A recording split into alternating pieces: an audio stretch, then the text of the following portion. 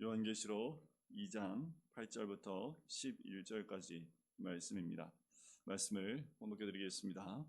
서머나 교회의 사자에게 편지하라. 처음이며 마지막이요 죽었다가 살아나신 이가 이르시되 내가 내 환난과 궁핍을 알거니와 실상은 내가 부요한 자니라. 자칭 유대인이라 하는 자들의 비방도 알거니와 실상은 유대인이 아니요 사탄의 회당이라. 너는 장차 받을 고난을 두려워하지 말라. 볼지어다 마귀가 장차 너희 가운데에서 몇 사람을 옥에 던져 시험을 받게 하리니 너희가 10일 동안 환난을 받으리라. 내가 죽도록 충성하라. 그리하면 내가 생명의 관을 내게 주리라. 귀 있는 자는 성령이 교회들에게 하시는 말씀을 들을지어다. 이기는 자는 둘째 사망의 해를 받지 아니하리라. 아멘. 오늘 우리가 함께 나눌 교회의 이름은 서머나 교회입니다. 7교회 가운데 책망이 없는 교회가 두 교회가 있습니다. 서머나 교회와 빌라델비아 교회입니다. 이들은 칭찬만 있고 질책이나 잘못된 부분과 회개하라는 부분이 들어가 있지 않은 교회입니다. 특별히 서머나 교회에 드러내시는 예수님의 모습을 보시면 위로가 있는, 그리고 이 교회가 얼마나 힘들었는지를 예수님의 모습 가운데서도 알 수가 있습니다. 처음이요 마지막입니다. 그리고 죽었다가 살아나신 이가 말씀하십니다. 우리 주님의 죽음과 부활을 말씀하시며 내가 그와 같은 자다. 죽음은 고난을 의미하겠지요. 이 땅에 오신 자체가 고난이었습니다. 낮아지심이지요. 그리고 죽으셨지요. 그리고 죽음으로 끝나는 것이 아니라 다시 사신 주님의 그 모습을 말씀합니다. 죽은 것으로 알고 있지만 죽지 아니한 우리 주님, 지금도 살아계신 그 주님, 그분이 말씀하신다라는 거예요. 서머나 교회에게는 얼마나 큰 은혜의 모습인지 모르겠습니다. 어제도 말씀을 드렸고 그래도 말씀드렸지만 요한계시록이 쓰일 때의 당시는 모든 기독교인들의 고통과 고난을 당하는 시기, 극한 고난 가운데 예수님을 모른다 배교하고 돌이키는 사람이 많이 나오고 끝까지 믿음을 저버리지 않는 자는 죽음의 고통 가운데서 죽어가는 그때가 바로 이 시대입니다. 그런데 다른 교회 못지않게, 아니요, 오히려 더 큰 고난을 겪었던 교회, 그것이 서머나 교회입니다. 이 서머나 교회는 그 어느 도시보다 로마에 충성을 다했던 도시이고 황자를 위해서 신전을 지어 바쳤던 굉장히 유명한 도시이기도 합니다. 거기에서 황제를 신으로 섬기지 않고 예수님을 구주로 섬긴다는 것은 그 자체가 굉장히 큰 고통일 수밖에 없습니다. 뭐라고 말씀하시냐면 내 환난과 궁핍을 안다라고 말씀을 하지요. 우리 하나님이 이 서머나 교회 교인들의 환난과 궁핍을 다 알고 계신다 말씀하십니다. 여기서 환난이라는 이 단어는 신앙으로 인한 외부적인 핍박과 박해를 의미하는 단어이고요. 궁핍은 이 핍박과 박해로 인해서 생계의 위협을 받는 상황을 의미합니다. 자, 다시 한번 이때 상황을 좀 설명을 해드리면 너무나 단순하고 간단한 설명일 수밖에 없어요. 이 고난으로 인해서 이들이 환난과 또 궁핍에 처하는 것은 그때 상황이었는데 특별히 서머나 교회 성도들이 더했다라는 거지요. 일단 도미티안이 자기를 신으로 여기지 않는 사람은 다 이단시하여 죽게 했습니다. 특별히 모든 사람들, 우상을 섬겼던 사람들은 당연히 황제를 신으로 여기는 것에 대해서 거부하지 않았습니다. 그리고 그것을 자연스러운 것으로 받아들였습니다. 그런데 유독 기독교인들만 황제를 우상화하는 이 일에 함께하지 않았고 끝까지 거부했습니다. 그래서 황제가 로마가 다스리는 전역에 모든 기독교인들을 잡아 죽이고 그들의 재산을 몰수하고, 그렇게 해도 법적으로 전혀 제재를 하지 않고 오히려 독려하는, 그리고 그것을 독려하는 그 시대가 되었습니다.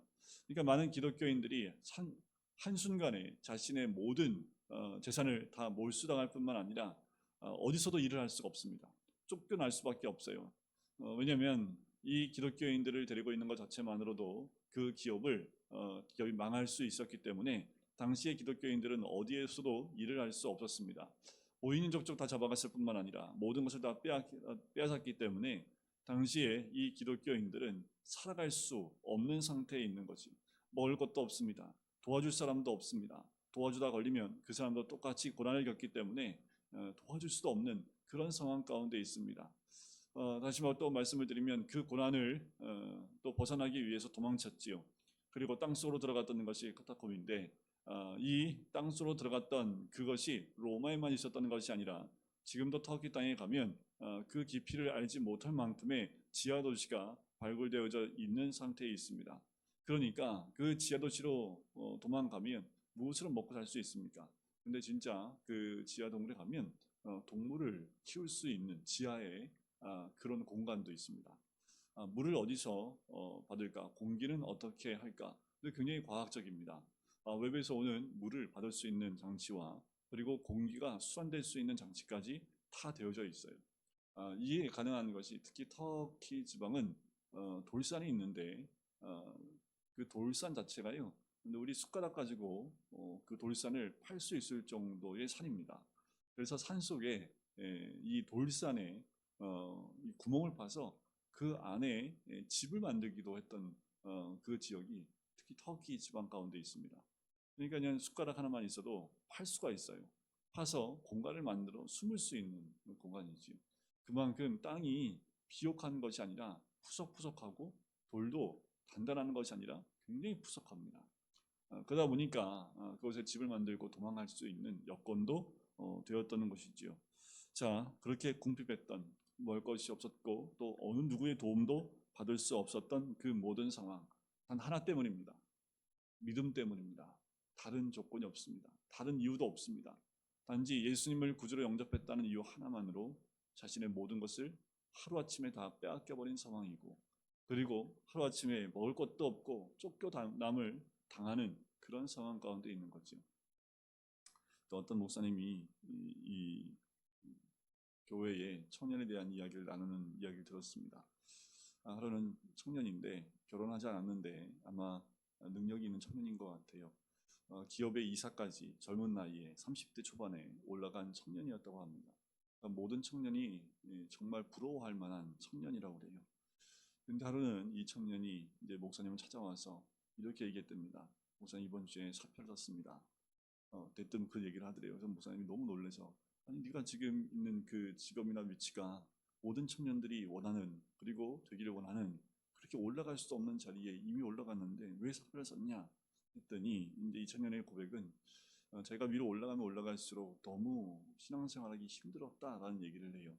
위로 올라갈수록 주님이 기뻐하지 않는 상황과 환경 가운데 노출되는 것이 너무나 많았고 뭐 술자리부터 시작해서 접대하는 자리부터 시작해서 이런 것들이 또 있다 보니까 도저히 견딜 수가 없어서 결단을 내렸고 자기가 이 사표를 쓰고 나오게 됐다라는 이야기를 했다고 합니다.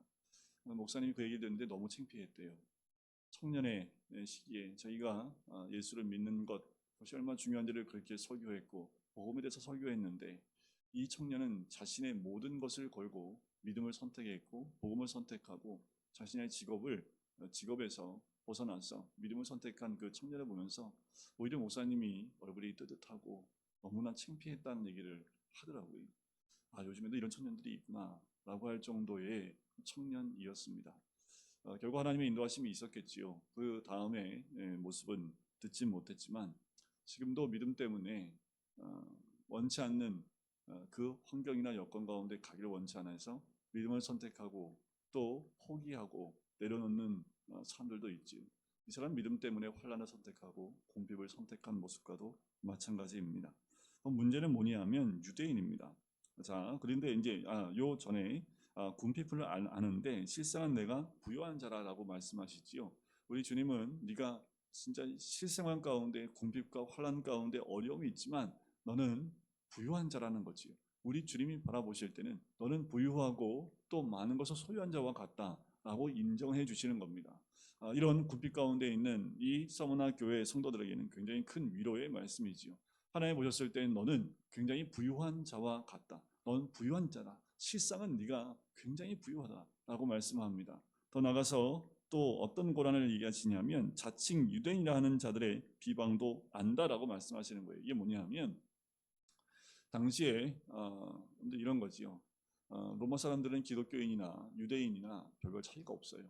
유일신 하나님을 섬기고 있기 때문에 이 유대교에 있는 사람들이나 예수님을 구주로 영접한 기독교인들이나 구별하기가 참 어렵습니다. 하지만 유대인들한테는 그 무엇보다 이 기독교인들을 구분해내기가 너무도 쉬운 거죠.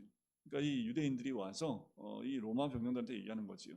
우리가 이 지하 지하에 있는 지하 이 도시나 이런 부분들을 우리가 알려줄 테니까 우리한테 시간을 좀 달라. 그래서 유대인들이 이 기독교 세계로 들어갑니다. 어떻게 들어가냐면 나도 예수님 믿고 싶다 해서 유대교에 있는 그 유대인들이 이 기독교 안으로 들어가는 거죠. 기독교 안에 들어가서 이제 한동안 신뢰를 쌓고 또 지하 도시나 이런 부분들의 길들을 다 파악을 합니다.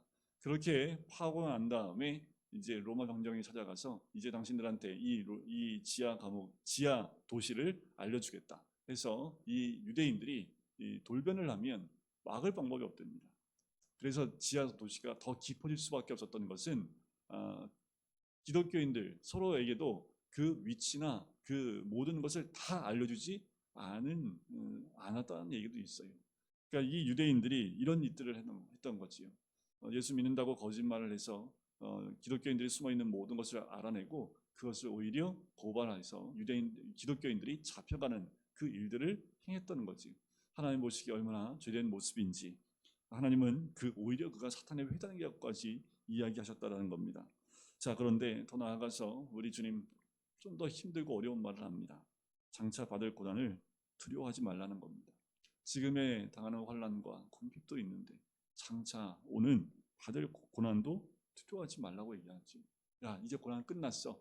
너는 이제 환난 끝났어. 라고 말씀하시는 것이 아니라 앞으로 받을 그 고난도 있다. 그러니 두려워하지 말라. 라고 얘기하는 거예요. 그 고난이 뭡니까? 너희 가운데 마귀가 몇 사람을 옥에 던져서 시험을 하게 할 텐데 너희가 10일 동안 환난을 당하게 될 것이다. 받을 것이다 라는 거예요. 이 10이라는 그 숫자는 완전수입니다. 그러니까 그 고난이 얼마나 오래 갈지 가늠할 수 없습니다. 그리고 얼마나 많은 사람이 이 감옥에 들어갈지 알지 못해요. 하지만 지금 받은 것보다 앞으로 받을 그 고난이 더 남겨져 있다라고 말씀하시는 거지. 여러분, 끝이 안 보이는 것 같지만 우리 주님이 미리 말씀하십니다. 고난이 있다. 견뎌야 한다. 끝까지 충성하라 라고 말씀하시지요. 내가 죽도록 충성하라 라고 말씀하는 겁니다. 에이, 목사님 지금도 충성하고 있는데 앞으로 또 충성해요? 죽도록? 그래요. 그렇지만 우리 주님 하시는 말씀을 들을 때 이 서머나 교회 성도들에게는 얼마나 큰 위로와 힘이 됐을까요? 우리가 받는 그 고난을 다 아시고 또 장차 받을 고난도 우리 주님이 다 알고 계시고 그리고 끝까지 죽도록 충성하면 생명의 관을 주겠다라고 말씀하시는 거죠. 우리가 받는 가장 큰 복은 생명의 면류관입니다. 영생의 면류관입니다. 우리가 이 땅 가운데 잘 먹고 잘 살고 평강을 누리는 그 복보다 더 큰 복은 무엇입니까? 생명의 면류관이에요. 그러면 내가 너에게 생명의 면류관을 줄 테니 네가 죽도록 충성하라. 이것을 보장받았다라는 겁니다. 이 서머나 교회 성도들은 기쁘게 그 고난을 받기 시작을 합니다. 죽음의 그 고통과 고난 가운데에도 흔들리지 않는 믿음을 가진 그 교회 성도들이 되었다는 거지요. 그러면서 이기는 자에게는 둘째 사망해를 받지 않게 하겠다라고 말씀하십니다. 여러분들 지금 받는 고난 장차 우리에게 주실 그 큰 은혜에 비하면 아무것도 아닙니다. 우리 주님은 끝까지 충성하게 원하시고 끝까지 믿음 지키길 원하십니다. 지금에 받는 그 고난과 고통 때문에 돌이키지 말고 내가 다 알고 있으니 그 고통을 이겨내고 죽도록 충성하면 내가 생명의 멸관인 뿐만 아니라 둘째 사망에도 받지 않게 하겠다라고 말씀하시는 거예요. 지금 믿음 때 받는 고난이 계시면 묵묵히 죽도록 충성하시면 그 다음은 하나님이 인도하시고 주께서 채워주시는 은혜가 있을 줄 믿습니다. 오늘도 주변에 있는 그 어떤 것에 의해서 우리 믿음이 흔들리는 것이 아니라 오직 주님만 바라며 믿음 가운데 죽도록 충성하시는 우리 모든 성도님 되시기를 주의 이름으로 간절히 축원드립니다. 기도하겠습니다. 사랑의 주님, 믿음 하나 때문에 고난을 당하고 있는 이 서머나 교회 성도들, 그의 모든 것을 다 아시는 주님, 죽도록 충성하라 말씀하시며 아직도 남아있는 고난이 있다라고 말씀하십니다. 우리도 아버지 믿음 가운데 이 땅 가운데 타협하는 그런 자가 아니라 믿음 가운데 흔들리지 아니하는 믿음 가운데 어떠한 고난이 오고 환난이 온다 할지라도 아버지 흔들리지 아니하는 믿음 가운데 서 있는 우리가 될 수 있기를 간절히 소원합니다. 죽도록 충성하면 생명의 면류관을 준다 말씀하시는 주님, 그 면류관을 바라보며 오늘도 믿음 가운데 흔들리지 않는 우리가 될 수 있도록 축복하여 주시옵소서. 감사드리며 예수 그리스도의 이름으로 기도드립니다. 아멘.